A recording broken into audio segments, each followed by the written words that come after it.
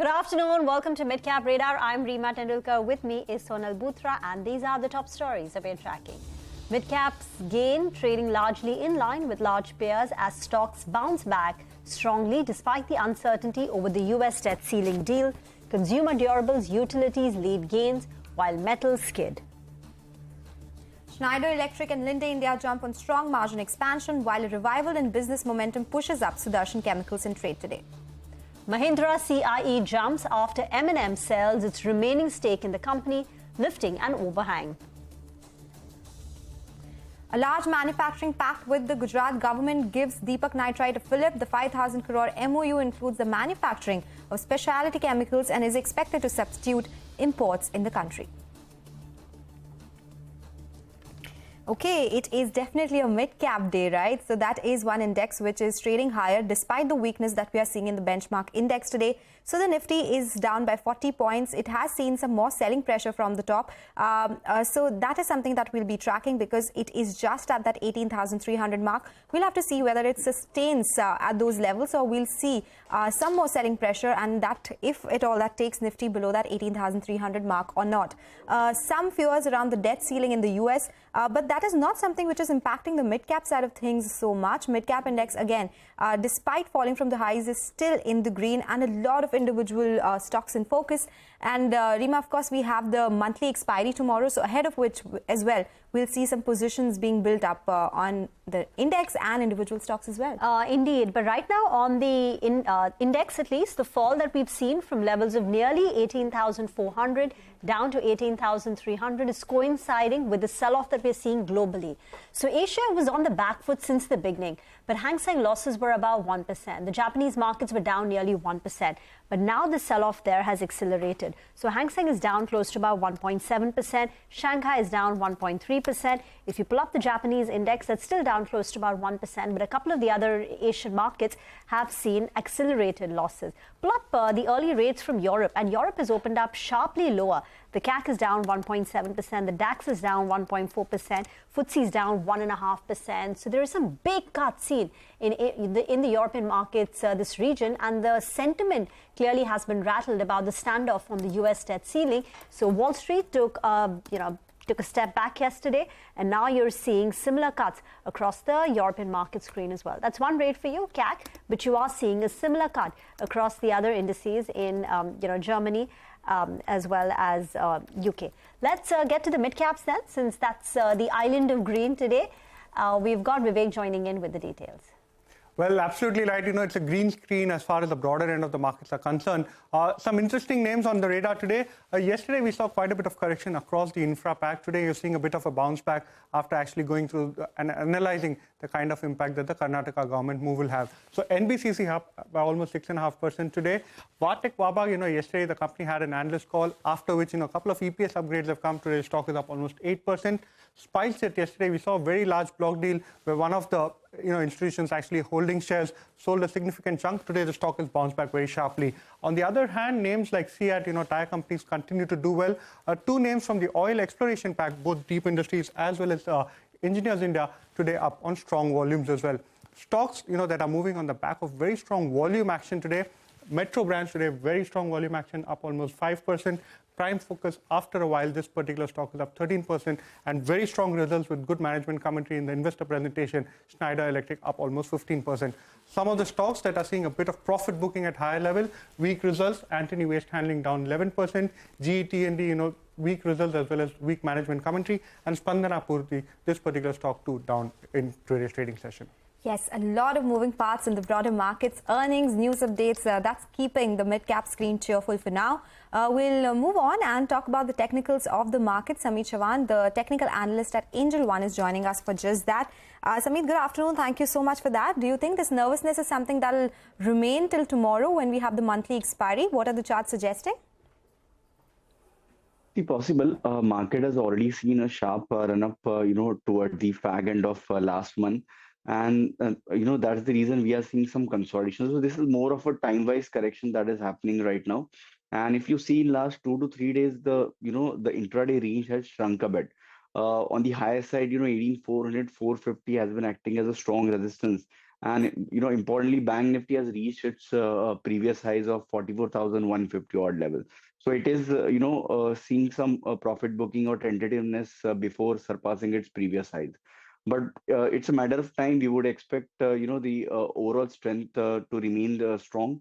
And as far as trend is concerned, we expect Nifty to surpass 18,450 quite soon, and Bank Nifty would certainly enter an uncharted territory. So that is beyond 44,150. As of now, we can see some range bound action, but individual stocks are still performing well.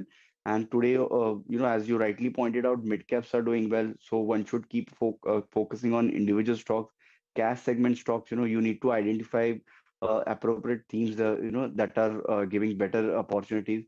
As far as index is concerned, it's a time for consolidation, but stock-specific ideas are providing, better trading opportunities. Can you detail out those stock-specific ideas? See, from the mid-cap basket, we like Mahindra CI Automotive. This stock has been, giving stellar moves since last couple of months. It has already risen from the levels of 340 and now trading at its all-time highs around 480 levels. So today we are seeing, another breakout happening in this counter from its previous hurdles of 460. And if you look at the volume activity, it has risen substantially. So from here on, we'll not be surprised to see the stock, surpassing 500 level quite soon. So 508 would be our near-term target for this particular counter. Stop loss can be placed around 472, and one can go long at current level. Apart from this, Nifty IT space has gained some traction in last couple of weeks. So, the bellwether stock TCS certainly looks good from current level. Overall, if you see, stock has been consolidating of late, but in last couple of days, we witnessed some buying interest in this counter at lower levels. So it's on the verge of a breakout, and we are anticipating this breakout to happen beyond 3320. So TCS at current level looks good. 3380. This is the next level to watch out for as far as TCS is concerned. And as a trader, one can keep a stop around 3280. Okay, all right, Samit, thank you so much for joining us. Those are some individual stock trading ideas.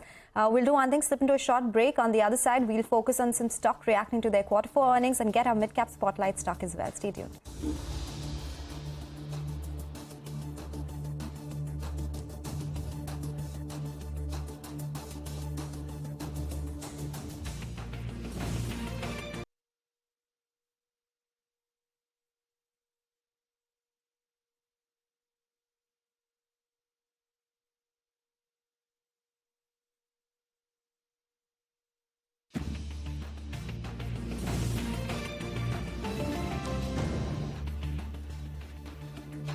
Welcome back. Still tuned into Midcap Radar on CNBC TV 18. We're just taking a look at the Midcap Index because the advance decline ratio, it is in favor of advances. 1,500 stocks on the advancing side versus 1,300 stocks on the declining side. There is a wee bit of recovery that we're seeing in the Nifty right now.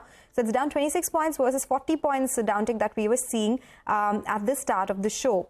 Some stocks which are in focus, we have Coal India, which is at the highs of the day right now. So that stock is up in trade, 0.7%. IndusInd Bank is the other one. So this recovery that we're seeing in the Nifty is coming on the back of some recovery that we're seeing in the Bank Nifty as well. So let's see whether that continues, whether there'll be last 1 hour of trading moves on some of these stocks, something that we'll be tracking for you. But this is our special segment, Midcap Spotlight. Nigel is joining us and focusing on India Cements reported its Q4 earnings just a while back. Nigel, how did it look? Well, India Cements numbers were weak. Actually, we get a precursor with Ramco Cements numbers, and we know that Ramco Cement is eating into the market share. That would mean that the other players are losing out. And so India Cements on the volumes parameter itself, which we don't have as of now, it seems to have lost out there. On the top line, very slim growth, only around 5% approximately. Maybe the pricing would account for bulk of that top line growth, which is very, very feeble. The problem, though, is for the second quarter running, they're reporting an EBITDA loss. So the operating loss is something that's worrying. And this time around, most companies have been talking about cooling off on power and fuel as well as on freight costs. The problem for them is on a sequential basis, you have power and fuel as well as other expenditure that's up between 8 to around 17%. They don't have the benefit of operating leverage, as I told you, because they're not selling higher amount of volumes. And in addition to that, they could be sitting with some high cost inventory as well, which could have hurt the operational performance. They reported a net loss this time around as well. And that's predominantly because of a one-time exceptional hit that they have reported. The finance cost that continues to remain elevated at around 250 crores in a financial year, which is a bit of a pain point. The only saving grace is valuation-wise, well, it trades at less than $70 on an EVA per ton basis. But otherwise, the operational performance is yet to catch up. And let's see whether or not they can improve going ahead. But for the time being, these numbers are disappointing. Nigel, it's quite a gap between the kind of growth Ramco Cements reported. Ramco's revenues were up 50% on a year-on-year basis.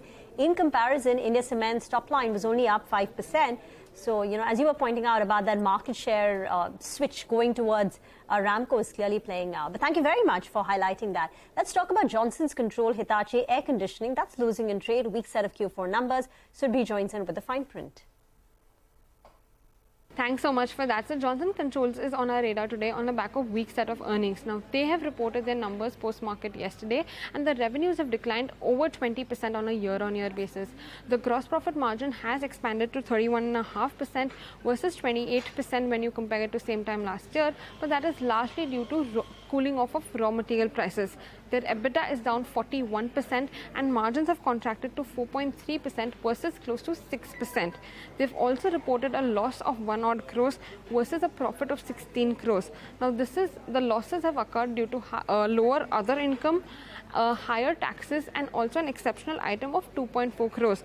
Now, this exceptional item is related to a termination benefit paid to employees.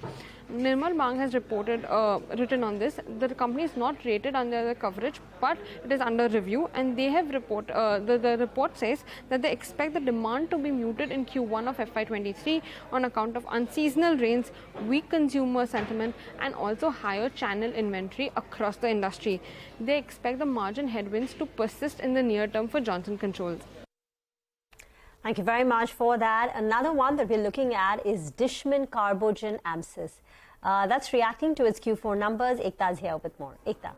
Thanks for that. Well, yes, the revenue was up around 9%, but the EBITDA has come crashing, has come in at around 8.3 versus 3.9%. But there is a net loss which is coming at around 70.7 crores versus a loss of around 44.6 crores on a year-on-year basis. So that's really expanded.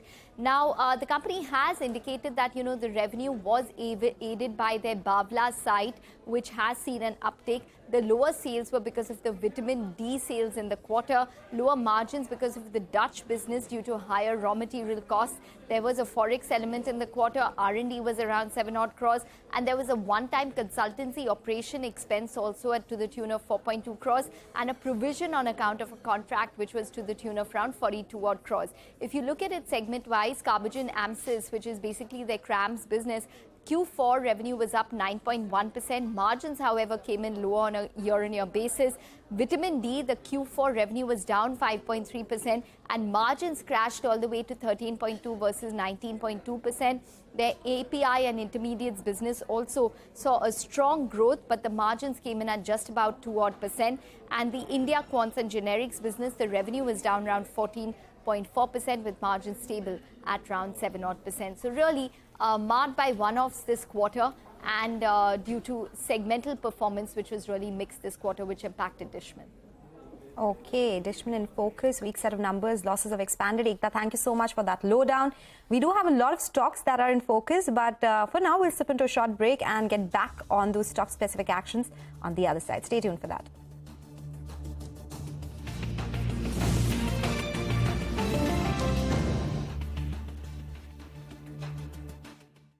Wednesday is coming up. Will you stop eating? What are we going to talk about? We will talk about something, I'm sure. Like what? We've covered practically everything under the sun. There's so many topics. I'm sure we'll manage something. Just relax. Just have this.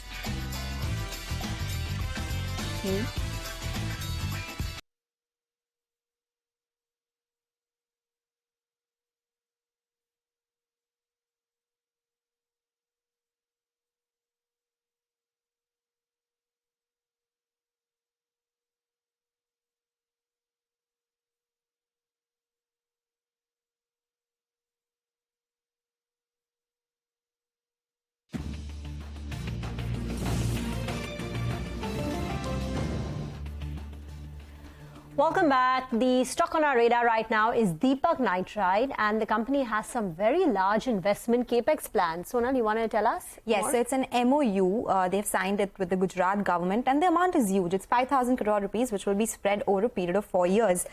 This is their intent to invest this much amount, and they will be manufacturing products like specialty chemicals, something that they already have, that's phenol and acetone and bisphenol as well.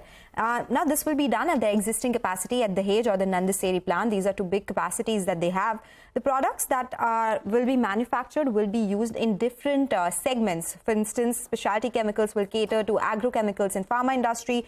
Bisphenol will cater to epoxy and adhesives, which is a feedstock for polycarbonate. And polycarbonate is ultimately used in segments like automotive, electronic, consumer goods, etc. Now, these products will also help in import substitution is what the company tells the exchanges. Now, important to note, the stock is higher by 10%. Remember, it had not been doing well for a while now. While they have announced their intent for this big capex, which will be from the cash flows they have generated in their phenol business, the positive point is that they are looking at organic growth, and this is what they plan to do with the accruals that they have in place in their books. But important to note, execution is as important. It is spread over a period of 4 years, and since it has products which are commoditized in nature, the realizations, the pricing here is also important to track. So the stock is higher by 10%, but we'll have to watch out whether fundamentally it converts into higher revenues and higher bottom line for the company. That is something that is important to watch out for, Rima. Okay, thank you very much for that. Mahindra CIE is also higher in trade. Now, M&M has sold the remaining stake in the company. Now, Mahindra CIE is completely owned by the CIE of Spain. So now they no longer have Indian promoter Mahindra holding any stake in the company. Abhishek joins in with more details on that. Abhishek.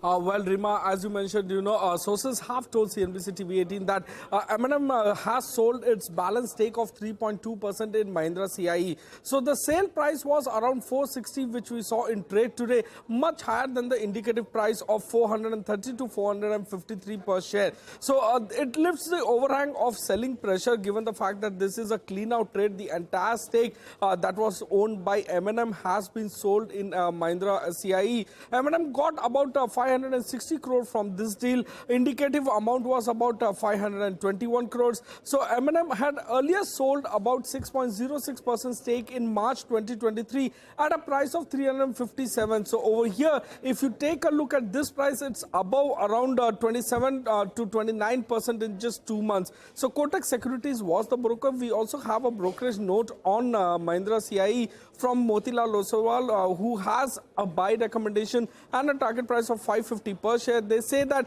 EVs in India and EU make up to 35% and 40% of the CY22 orders for Mahindra CIE. So they upgrade the EPS estimate by 6% each for CY 2023 and CY 2024 due to recovery in the EU business, especially on the EBITDA front, EBITDA margin front. So they estimate 12% CAGR over 22 to 24 in terms of consolidated revenue. For EBITDA, the CAGR estimate is around 23.5%, and for PAT, the CAGR estimate is around 27%. In terms of valuation, the stock trades at about 18.3 times or 15.7 times in terms of price to earning for CY23 and CY24 respectively. Back to you. Okay, that's on Mahindra CIE, higher by 5.5% in trade today. Schneider Electric is the other one, gaining after reporting a strong set of fourth quarter earnings. Vivek Iyer is joining us with the details on this one. Vivek? Well, absolutely. So, the company, which actually manufactures quite a wide range of products, mainly catering to the power, the capital goods space, transformers, part transformers, as well as switch gears, saw a stellar set of numbers as far as Q4 is concerned. Now, let's have a look at the numbers first. Revenues up higher by almost 20% on a year-on-year basis, coming in northwards of 400 crores. When you're talking about the margins, very strong margin expansion seen, 14.8% versus 4.9%. Even on a sequential basis, there's a margin expansion of over 350 basis points. The company, just a while ago, went ahead and uploaded its investor presentation, and the commentary that's come in is quite strong. So what they're seeing is that there has been good momentum in orders across most of the sectors that the company is present in. Also, what they're saying is that they're seeing traction as far as energy, storage, specialty chemicals, fertilizer industries, as well as defense is concerned. And they're saying going forward, there could be further gross margin improvement on the back of the raw materials costs, which are normalizing, as well as a better product mix that the company is enjoying.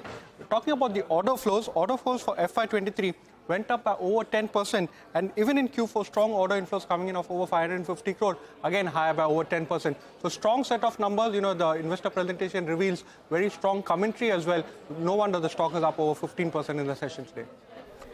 Indeed, thank you very much for that. Some more stocks busting the charts. EIL is up 7%. Indiabulls Real Estate has had a solid up move, 9.5%, and it's moved up on very large volume.